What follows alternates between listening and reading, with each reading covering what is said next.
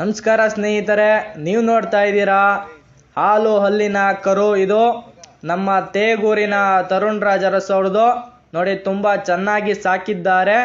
ಇದಕ್ಕಿನ್ನೂ ಹಲ್ಲಾಗಿಲ್ಲ ನೋಡಿ. ಈಗಾಗಲೇ ಅದು ತರುಣ್ ಅವರ ಹೈಟಿಗಿದೆ. ಹೈಟ್ ನೋಡಿ, ಹೈಟು ತುಂಬಾ ಚೆನ್ನಾಗಿದೆ. ಯಾವುದೇ ರೀತಿಯಾದಂಥ ಮೈ ಮೇಲೆ ಒಂದೇ ಒಂದು ಡಾಟ್ ಸಮೇತ ಇಲ್ಲ. ತುಂಬಾ ಚೆನ್ನಾಗಿದೆ ಕಲರಲ್ಲೂ. ಒಳ್ಳೆ ಸ್ಪೀಡು ಇದೆ. ಎತ್ತು ನೋಡಿ, ಎಲ್ಲ ರೀತಿಯಲ್ಲಿ ಒಳ್ಳೆ ಒಂದು ಹಳ್ಳಿಕಾರ್ ಎತ್ತಿಗೆ ಏನು ಸೊಗಡಿರಬೇಕು ಅದೆಲ್ಲ ಲಕ್ಷಣಗಳು ಈ ಎತ್ತಿನಲ್ಲಿ ಕಾಣ್ತಾ ಇದೆ.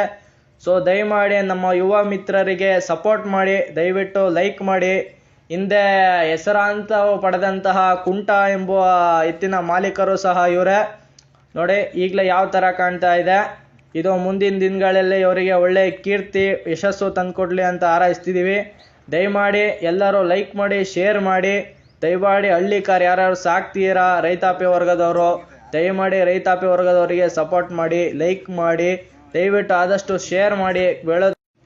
ನಮಸ್ಕಾರ ಸ್ನೇಹಿತರೆ, ನೀವು ನೋಡ್ತಾ ಇದ್ದೀರಾ ಹಾಲು ಹಲ್ಲಿನ ಕರು. ಇದು ನಮ್ಮ ತೇಗೂರಿನ ತರುಣ್ ರಾಜ್ ಅರಸ್ ಅವ್ರದ್ದು. ನೋಡಿ, ತುಂಬಾ ಚೆನ್ನಾಗಿ ಸಾಕಿದ್ದಾರೆ. ಇದಕ್ಕಿನ್ನೂ ಹಲ್ಲಾಗಿಲ್ಲ ನೋಡಿ. ಈಗಾಗಲೇ ಅದು ತರುಣ್ ಅವರ ಹೈಟಿಗಿದೆ. ಹೈಟ್ ನೋಡಿ, ಹೈಟು ತುಂಬಾ ಚೆನ್ನಾಗಿದೆ. ಯಾವುದೇ ರೀತಿಯಾದಂಥ ಮೈ ಮೇಲೆ ಒಂದೇ ಒಂದು ಡಾಟ್ ಸಮೇತ ಇಲ್ಲ. ತುಂಬಾ ಚೆನ್ನಾಗಿದೆ ಕಲರಲ್ಲೂ. ಒಳ್ಳೆ ಸ್ಪೀಡು ಇದೆ. ಎತ್ತು ನೋಡಿ, ಎಲ್ಲ ರೀತಿಯಲ್ಲಿ ಒಳ್ಳೆ ಒಂದು ಹಳ್ಳಿಕಾರ್ ಎತ್ತಿಗೆ ಏನು ಸೊಗಡಿರಬೇಕು ಅದೆಲ್ಲ ಲಕ್ಷಣಗಳು ಈ ಎತ್ತಿನಲ್ಲಿ ಕಾಣ್ತಾ ಇದೆ. ಸೊ ದಯಮಾಡಿ ನಮ್ಮ ಯುವ ಮಿತ್ರರಿಗೆ ಸಪೋರ್ಟ್ ಮಾಡಿ, ದಯವಿಟ್ಟು ಲೈಕ್ ಮಾಡಿ. ಹಿಂದೆ ಹೆಸರಾಂತ ಪಡೆದಂತಹ ಕುಂಟ ಎಂಬುವ ಎತ್ತಿನ ಮಾಲೀಕರು ಸಹ ಇವರೇ.